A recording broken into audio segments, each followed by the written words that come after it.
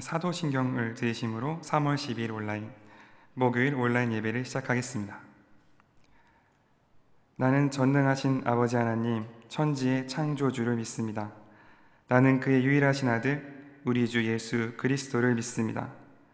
그는 성령으로 잉태되어 동정녀 마리아에게서 나시고 본디오 빌라도에게 고난을 받아 십자가에 못 박혀 죽으시고 장사된 지 사흘 만에 죽은 자 가운데서 다시 살아나셨으며 하늘에 오르시어 전능하신 아버지 하나님 우편에 앉아 계시다가 거기로부터 살아있는 자와 죽은 자를 심판하러 오십니다. 나는 성령을 믿으며 거룩한 공교회와 성도의 교제와 죄를 용서받는 것과 몸의 부활과 영생을 믿습니다. 아멘. 찬송가 150장 갈보리산 위에 찬양 드리시겠습니다.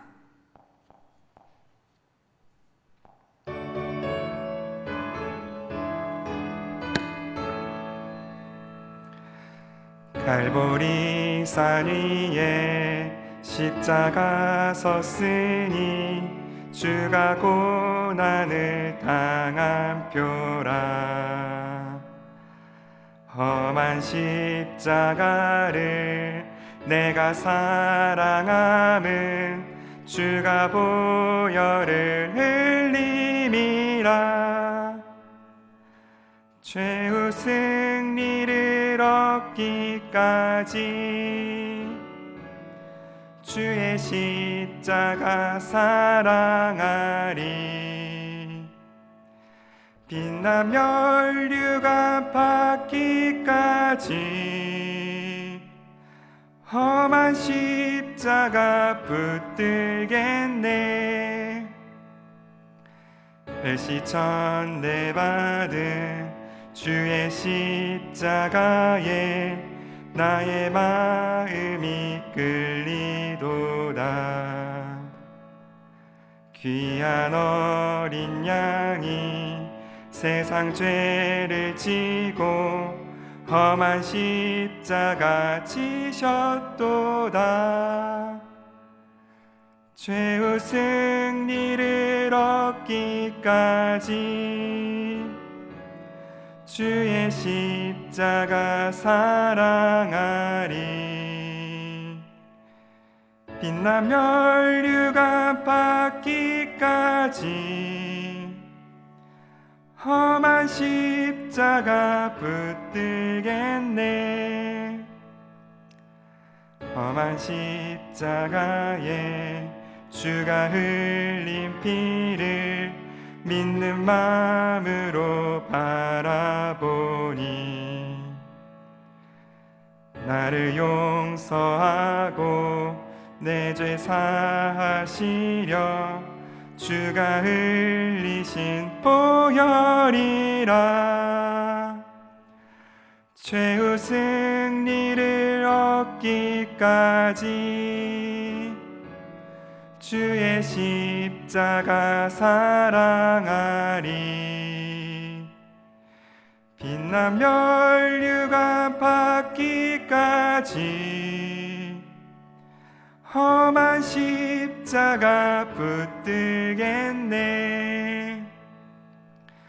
주님 예비하신 나의 본향집에 나를 부르실 그날에는 영광 중에 계신 우리 주와 함께 내가 죽도록 최후 승리를 얻기까지 주의 십자가 사랑하리. 빛나 면류가 받기까지 험한 십자가 붙들겠네. 함께 기도하시겠습니다. 하나님 감사합니다. 우리를 이렇게 함께 예배할 수 있게 하시는 주님 찬양합니다. 비록 우리가 몸은 멀리 떨어져 있으나 주님께서 허락하신 여러 수단으로 말미암아 함께 주 앞에 예배로 나아옵니다. 거의 모든 물건이 피를 뿌림으로 말미암아 거룩하게 되어진다 말씀하신 주님, 우리 주 앞에 놓여있는 이 세대의 기술들에도 함께하여 주시어서 우리 각 처소에서 가정에서 드리는 예배가 신령과 진정으로 드리는 예배가 되게 하시며 지금이 예배의 때가 되게 하여 주시옵소서. 또한 이 시간으로 말미암아 주의 몸된 교회를 더욱더 사랑하게 하여 주시오며 두세 사람이 함께 모이는 곳에 함께 하시는 주님을 더욱더 사모할 수 있도록 하여 주시옵소서. 오늘 우리나라뿐 아니라 전 세계가 전염병의 공포로 말미암아 어지럽습니다. 이럴 때일수록 치료의 하나님을 아는 그리스도인들이 각자의 자리에서 위로와 용기의 통로가 되게 하여 주시오며 두려움의 때에 세상에 빼앗을 수 없는 평안을 주시는 하나님을 자랑하는 시간이 될 수 있도록 하여 주시옵소서. 주님의 십자가의 지신과 부활을 묵상하는 기간입니다. 주님의 십자가를 더욱 깊이 묵상함으로 우리도 우리의 십자가를 지고 주님을 따르는 주의 제자들로 설 수 있도록 우리를 굳세게 하여 주시옵소서. 앞으로의 모든 예배의 순서를 주님께 의탁드리오며 예수님의 이름으로 기도드립니다. 아멘. 오늘 우리가 함께 볼 하나님의 말씀은 요한복음 19장 28절에서 37절까지의 말씀입니다. 요한복음 19장 28절에서 37절까지입니다.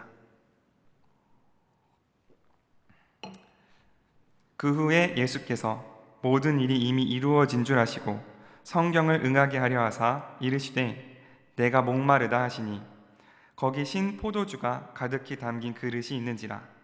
사람들이 신 포도주를 적신 해면을 우슬초에 메어 예수의 입에 대니 예수께서 신 포도주를 받으신 후에 이르시되 다 이루었다 하시고 머리를 숙이니 영혼이 떠나 가시니라.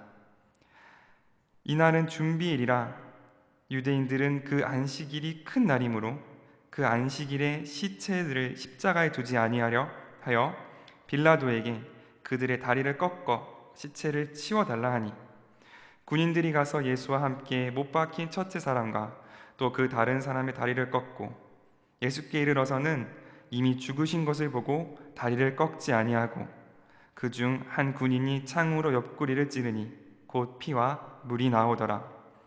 이를 본 자가 증언하였으니 그 증언이 참이라. 그가 자기의 말하는 것이 참인 줄 알고 너희로 믿게 하려 함이니라. 이 일이 일어난 것은 그 뼈가 하나도 꺾이지 아니하리라 한 성경을 응하게 하려 함이라. 또 다른 성경에 그들이 그 찌른 자를 보리라 하였느니라. 아멘. 주님의 각 처소에서 예배드리시는 모든 분들께 하나님의 위로와 은혜가 또한 담대함이 함께 하시기를 주님의 이름으로 간절히 기도합니다. 아멘. 오늘 읽은 성경 본문은 어떻게 보면 성경 전체를 놓고 보아도 가장 가슴 아프고 슬픈 장면이면서도 또한 가장 신비한 장면이라고 할 수 있습니다. 왜냐하면 예수님이 곧 하나님의 본체이신 그 예수님께서 죄인으로 정죄받으시고 십자가 위에서 그 생명을 잃으셨다는 사실이기 때문입니다. 이건 슬프거나 안타깝거나 이런 어떤 감정적인 부분을 넘어서서 도대체 어떻게 그럴 수 있을까? 어떻게 그런 일이 일어날 수 있을까? 이렇게 생각하는 이렇게 놀라운 신비스러운 장면이라고 할 수 있습니다.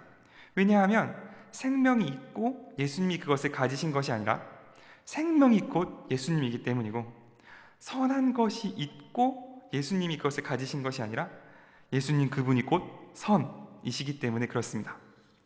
생명 자체이고 그 선함 자체이신 예수님께서 우리를 위하여 십자가 위에서 우리의 죄를 대신 지시고 돌아가셨다는 그 사실은 우리에게 정말 헤아릴 수 없는 주의 신비요, 주님의 지혜로, 주님의 능력으로 다가오는 그런 십자가 사건이라고 할 수 있습니다. 오늘 본문을 좀 더 자세히 보면 예수님께서는 어떤 이 일이 모두 이루어진 것을 이미 알고 계셨습니다. 그리고 성경을 응하게 하시려고 목마르다 말씀하십니다.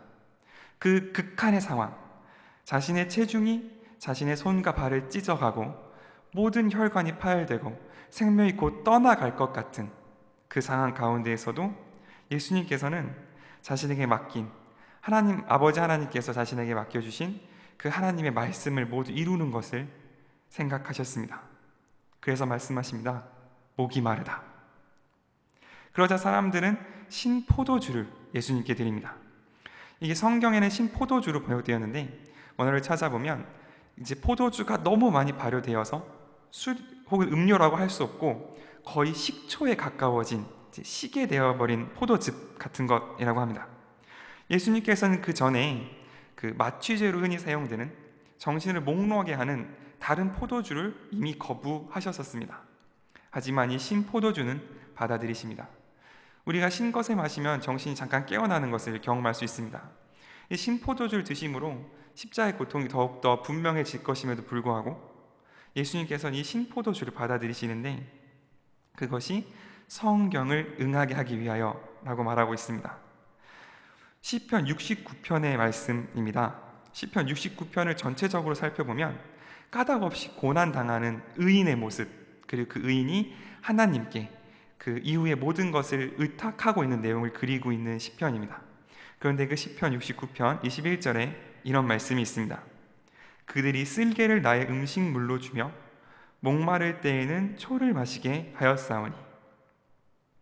목마르다 할 때에 신포도주, 너무 많이 발효되어서 식초와 같이 된 포도주를 마시는 예수님의 모습을 보며 그 자리에 있던 요한은 까닭없이 고난받는 그 의인의 모습을 떠올릴 수밖에 없었습니다. 또한 36절의 말씀을 보면 그 뼈가 다른 죄인들처럼 하나도 꺾이지 아니하였다. 이건 역시 성경의 말씀이 응하였다 라고 기록되어 있는 것을 볼 수 있습니다. 이것은 출애굽기와 민수기에 기록된 6월절 어린 양에 관한 구절, 관한 장면이라고, 그것이 응한 것이라고 볼 수 있습니다. 출애굽과 민수기에서 모두 6월절을 지키는 방법에 대해 적혀 있는데 그 6월절의 제사로서 사용되는 어린 양은 뼈를 꺾을 수가 없습니다. 뼈가 꺾이지 않고 온전하게 내어두어야 합니다. 또한 시편 34편에 의인은 하나님이 보호하셔서 뼈가 하나도 꺾이지 않을 것이다 라는 선포가 기록되어 있습니다. 그러므로 요한은 다른 죄인들은 다 그 뼈가 꺾여 생명을 다하였지만 예수님께서는 이미 생명을 다하셔서 뼈가 꺾이지 않는 그 모습을 보면서 예수님께서는 6월절의 제사물인 어린 양으로서 우리 가운데 오셨구나. 그 피로 말미암아 그 피가 있는 곳이라면 어디든지 주님의 진노가 넘어가는, 주님의 진노가 유월되게 하는 그 6월절 어린 양의 피로써 우리 가운데 저 보혈을 흘리시는구나 하는 것을 요한은 그것을 보아 알 수 있었습니다. 37절의 말씀 역시 마찬가지입니다. 스가랴서에 나와 있는 예언, 그들이 그 찌른 바 그 찔린 자를 바라보고 애통할 것이다 라는 그 성경 말씀의 성취입니다. 요한은 이 모든 것을 보면서 예수님의 말씀은 참된 것을, 자신이 그것을 보고 증언할 수밖에 없는 것을 깨달아 알게 되었습니다. 오늘 우리가 조금 더 주목하여 보고자 하는 것은 이 뼈가 꺾이고 그 찌른 사람들이 예수님을 바라보는 이 성경을 응하게 하는 이 장면들은 예수님의 영혼이 떠나가고 난 뒤에도 이루어졌다는 것입니다. 예수님께서 그 영혼이 떠나서 더 이상 아무런 영향력을 행사할 수 없을 때에도 하나님의 말씀은 응하여지고 있었습니다. 즉 십자가에는 예수님의 적극적이고 온전한 순종, 목이 마르다 말씀하시는 그 적극적인 순종도 있고 그와 더불어 그 영혼이 떠나시고 난 뒤 자신의 뼈와 그 찔림을 주님 앞에 의탁하는, 예수님께서 온전히 아버지 하나님께 자신의 남은 사역을 의탁드리는 그 온전한 기댐, 그 온전한 올려드림이 아름답게 공존하고 있다는 사실은 우리는 알 수 있습니다. 우리에게도 마찬가지 아름다움이 있습니다. 우리가 주님께 온전히 순종하려고 노력하면 노력할수록, 우리가 주의 일을 더 섬겨보려고 노력하면 노력할수록 우리에게 다가오고 우리에게 알 수 있는 것은 우리 안에 선한 것이 없고 내가 내 힘으로는 하나님의 일을 감당할 수 없다는 사실입니다.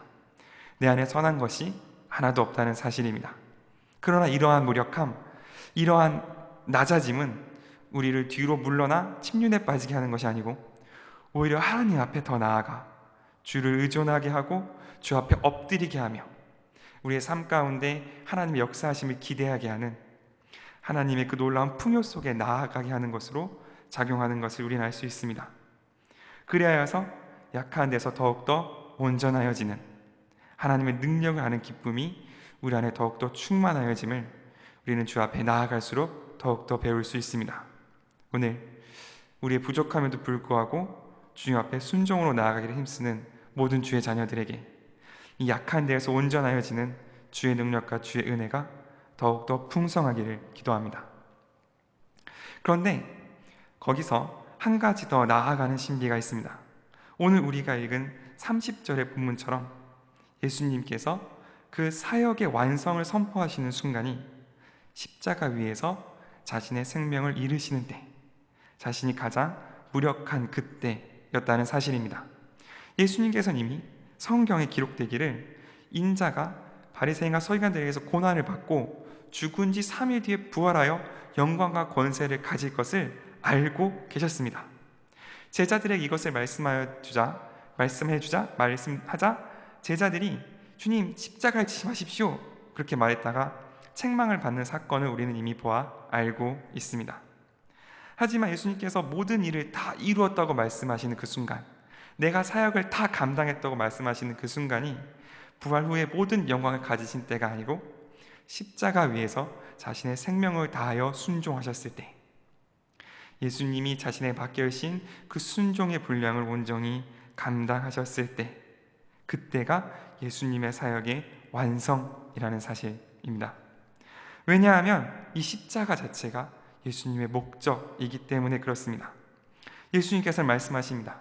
내가 너의 구원자인 이유, 내가 메시아인 이유, 내가 구세주인 이유는 내가 너에게 오병이어를 통해 기적을 베풀었기 때문도 아니고, 내가 너의 병을 모두 고쳐 주었기 때문도 아니고, 내가 너를 위하여 십자가를 지기 때문에, 내가 너를 위하여 나의 목숨을 버리기 때문에 내가 너의 구원자이다. 예수님 말씀하십니다. 예수님께서 요한복음 10장에서 말씀하시기를 나는 선한 목자라, 나는 내 양을 알고 양도 나를 아는 것이, 아버지께서 나를 아시고 내가 아버지를 아는 것과 같으니 나는 양을 위하여 목숨을 버리노라 말씀하십니다. 세상은요, 이 십자가를 받아들이지 못합니다. 십자가 대단한 희생이다, 그것까지는 받아들일 수 있을지 몰라도 이것이 최종적인 승리다, 십자가가 영광이라는 사실은 받아들이지 못합니다. 성경은 이렇게 말합니다. 고린도전서 1장에 우리는 십자가에 못 박힌 그리스도를 전하니 유대에게는 거리끼는 것이요 이방에게는 미련한 것이로되 오직 부르심을 받은 자들에게는 유대인이나 헬라인이나 그리스도는 하나님의 능력이요 지혜니라. 세상은 선하게 살자, 착한 일을 하자, 그것을 막지 않습니다. 그것을 받아들이지 않지 않습니다. 만약 우리가 전하는 복음이 착하게 살면 구원을 받습니다 라는 말이었다면요, 우리가 이렇게 힘들게 복음을 전하지 않을 겁니다. 세상이 우리를 환영할 겁니다. 우리가 복음을 전할 때마다 예수를 믿으십시오, 그래야 구원을 받습니다 라고 전할 때마다 세상은 우리에게 말합니다. 왜 너희는 그렇게 편협하냐? 왜 이렇게 너희는 옹졸하냐? 왜 너희에게만 구원이 있다고 말하고 왜 너희만 천국 간다고 말하냐? 비판하죠. 하지만 우리는 한 번도 우리만 천국에 간다라고 말한 적이 없습니다. 같이 가자라고 말했습니다. 십자가에 못 박히신 예수 그리스도를 믿기만 하면, 누군지 그 예수의 보혈 앞에 나아오기만 하면 그 죄가 주홍같이 붉을지라도 눈처럼 희게 될 것이라고 우리는 말했습니다. 하지만 세상은 그것을 거부합니다. 생각해 보십시오. 착한 일 하면 천국에 갈 수 있습니다 라는 그 말은요, 좀 더 직설적으로 말하면 너희는 아무도 천국에 갈 수 없을 거라는 사단의 저주와 같은 말입니다. 왜냐하면 우리가 우리 인생의 마지막에서 만날 그것은 하나님의 심판장이기 때문입니다. 우리가 마주하게 될 기준은 하나님의 기준이기 때문입니다. 조금의 죄도 용납하지 않으신 하나님, 신의 산에 하나님께서 임하셨을 때 어떤 부정한 자들도 가까이 오지 못하게 말씀하시면서 내가 너에게 돌격할까 하노라 말씀하시는 그 하나님의 기준 앞에 우리가 설 것이기에, 우리가 만약 우리의 선행으로, 우리의 행실로 그 하나님 앞에 우리의 의를 주장한다면 우리 중에 구원을 받을 수 있는 사람은 단 한 명도 없을 것입니다. 그러므로 누구든지 십자가를 받아들이는 사람은, 누구든지 그 예수의 보혈을 나를 위해 흘리신 주의 보혈로 받아들이는 사람은 우리 안에는 아무 선한 것도 없다는 것을 인정하고 받아들이고 겸손하게 주 앞에 나아갈 수밖에 없습니다. 세상이 절대로 받아들일 수 없는 부분이 바로 여기입니다. 왜냐하면 나에게 소망이 있다, 내가 나를 구원할 수 있다, 이 교만이, 사단이 공중 권세 잡은 자가 사람들로 하여금 하나님으로부터 멀어지게 하는 가장 중요한 키가 되기 때문입니다. 이러한 세상의 시각을 가장 잘 나타내는 것이 이슬람이라는 종교입니다. 이슬람이라는 종교는 어떻게 생각하냐면, 각 사람의 왼쪽 어깨, 오른쪽 어깨에 진이라는 정령, 그러니까 우리가 알라딘 영화를 보면 나오는 진이 있죠? 그런 정령이 왼쪽 어깨, 오른쪽 어깨 하나씩 있다고 생각합니다. 그래서 사람이 착한 일을 하면 오른쪽 어깨에 있는 진이 받아 적고, 사람이 악한 일을 하면 왼쪽 어깨에 있는 진이 받아 적는다. 그래서 마지막 날에 그 두 개를 저울에 재어 보아서 착한 일을 많이 한 사람은 천국에 가고 나쁜 일을 많이 한 사람은 지옥에 간다라고 생각합니다. 그런 세계관을 갖고 있는 이슬람은 예수님 어떻게 생각하냐면 이렇게 생각합니다. 이슬람의 경전인 쿠란에도 예수님의 얘기가 굉장히 많이 나옵니다. 그들도 예수님을 사랑하고 존경합니다. 우리가 이슬람을 믿는 곳에 가보면요, 가장 많은 이름이 무함mad입니다. 이슬람의 창시자인 모하메트의 그들식 발음이죠. 두 번째로 많은 이름이 아함mad입니다. 아함마드, 역시 똑같이 무함mad의 다른 이름입니다. 그리고 아들이 한 셋째, 넷째쯤 가면 이사라는 이름을 가진 아이들이 있습니다. 이사가 예수의 아랍식 발음입니다. 그러니까 그들의 자녀에 예수님 이름을 붙일 정도로 그들도 예수님을 사랑하고 존경합니다. 그런데 왜 기독교를 믿지 않고 무슬림을 믿느냐? 그들이 생각하기에 예수님은 최고의 선지자지만 최후의 선지자가 무함마드이기 때문에 우리는 이슬람을 따른다. 그들은 그렇게 생각합니다. 어쨌든 그 꾸란에도 예수님이 나오는데, 꾸란에도 예수님은 동정녀 마리아에게서 나셨습니다. 그들도 그것을 믿습니다. 예수님은 죄가 없는 분이라고 믿습니다. 예수님은 각종 기적을 행하셨다고 믿습니다. 마지막 때에 다시 오셔서 세상을 심판할 자도 예수님이라고 믿습니다. 그들이 믿지 않는 두 가지가 있는데, 첫째는 그분이 하나님의 아들이심과 동시에 그분이 완전한 하나님이시라는 것입니다. 이슬람은 예수님은 그저 선한 선지자 중 하나로 생각합니다. 두 번째로 믿지 않는 것이 바로 예수님께서 십자가를 지시고 그 위에서 돌아가시고 부활하셨다는 사실입니다. 이슬람은 어떻게 생각하냐면 예수님께서 십자가를 지기 직전에 알라가 어떤 다른 사람을, 그러니까 그들의 전승에 따르면 유다를 예수님과 바꿔치기 해서 유다가 대신 죽고 예수님은 살아계셨다, 이렇게 믿습니다. 왜냐하면 그들의 사고관으로는, 그들의 생각으로는 그렇게 선한 사람이, 그렇게 능력 있는 사람이 그렇게 비참하게 죽을 뿐만 아니라 그 죽음 자체가 하나님의 목적이었다는 사실을 믿을 수 없기 때문입니다. 그것이 너무 미련하고 거리끼는 것으로 그들에게 다가오기 때문입니다. 그러나 성령으로 말미암아 주의 자녀가 된 우리는 이 십자가의 은혜야말로 하나님의 지혜이고 하나님의 능력인 줄을 믿습니다. 이 십자가에 설리신 주의 보혈만이 우리의 구원의 근거가 되고 우리의 죄를 씻는 이유가 되며 내가 하나님 앞에 나아갈 수 있는 능력이 됩니다. 이 십자가만이 하나님과 내가 살아있는 관계, 인격적인 관계를 유지할 수 있는 능력이 되는데, 만약 우리가 생각하기를 하나님, 예수님께서 다른 방법을 택했다고 생각해 봅시다. 하나님의 아들만 할 수 있는 위대한 일을 행해서 우리를 구원했다고 생각해 봅시다. 내가 오병이어를 베풀어 경제적인 문제를 모두 해결하겠다. 그러므로 내가 늘 하나님이다. 내가 모든 병든 자들을 다 고쳐주겠다. 그러므로 내가 늘 하나님이다. 아니면 그때 당시 세계를 지배했던 로마의 황제 앞에 나타나서 영광스러운 모습으로 나타나서 내가 너를 쓰겠다, 그렇게 말씀했다고 생각해 보십시오. 그것이 예수님의 위대함, 능력, 그것을 나타낼 수 있을지는 몰라도 우리 안에 아무런 관련도 없습니다. 왜냐하면 우리는 그런 기적을 베풀 능력도 거룩함을 보일 능력도 없기 때문입니다. 그러나 예수님께서는 전혀 다른 방법으로 자신의 구원자 되심을 나타내셨습니다. 그것이 바로 십자가였습니다.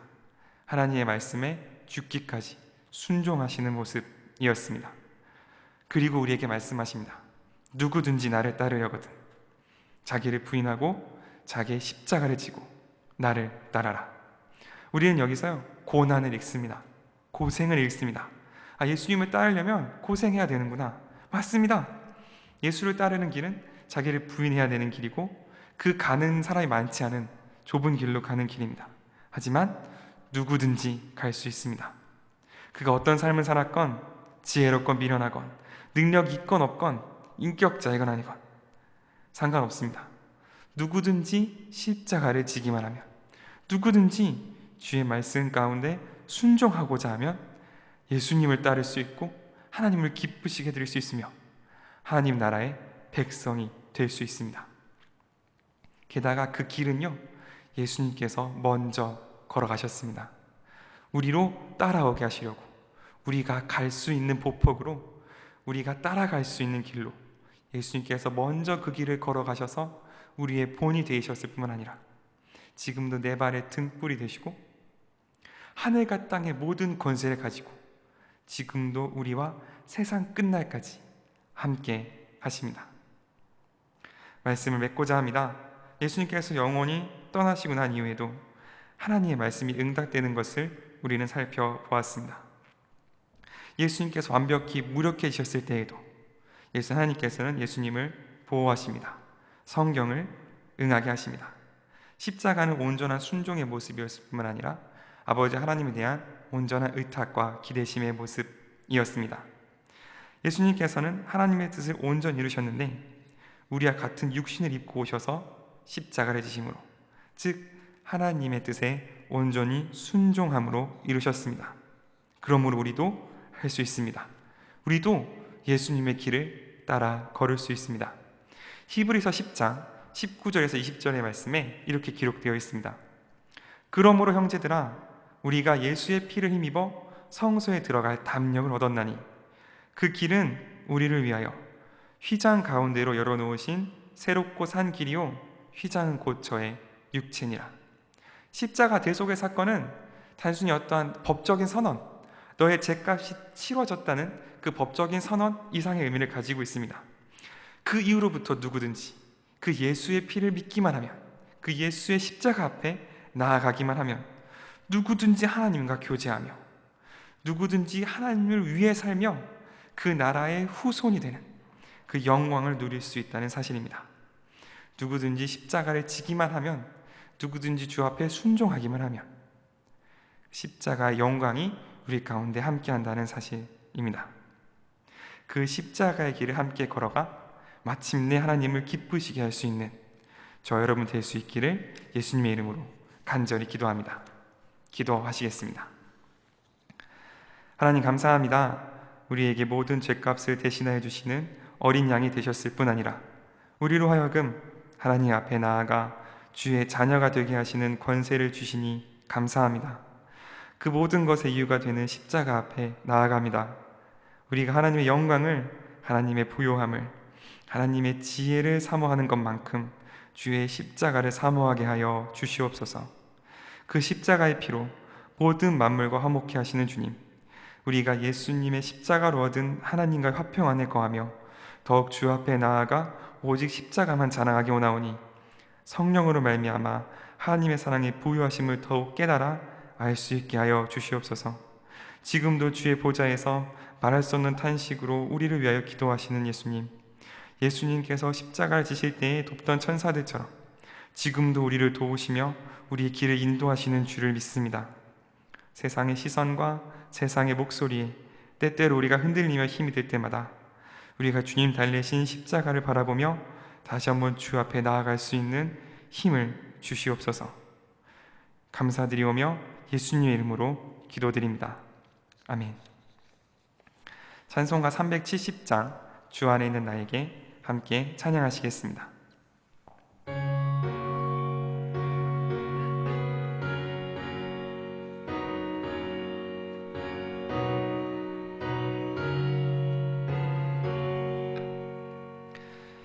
주 안에 있는 나에게 딴 근심이 있으랴. 십자가 밑에 나가 내 짐을 풀었네. 주님을 찬송하면서 할렐루야 할렐루야. 내 앞길 멀고 험해도 나 주님만 따라가리. 그 두려움이 변하여 내 기도 되었고, 전날의 한숨 변하여 내 노래 되었네. 주님을 찬송하면서 할렐루야 할렐루야. 내 앞길 멀고 험해도 나 주님만 따라가리. 내 주는 자비하셔서 늘 함께 계시고, 내 궁핍함을 아시고 늘 채워주시네.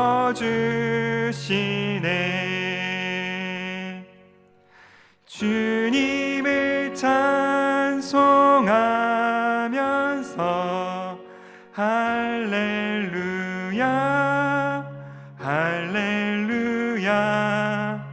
내 앞길 멀고 험해도 나 주님만 따라가리. 내 주와 맺은 언약은 영불변하시니,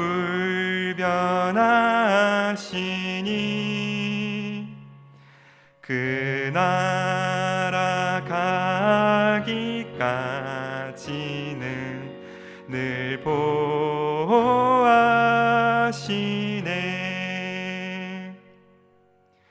주님을 찬송하면서 할렐루야 할렐루야. 내 앞길 멀고 험해도 나 주님만 따라가리.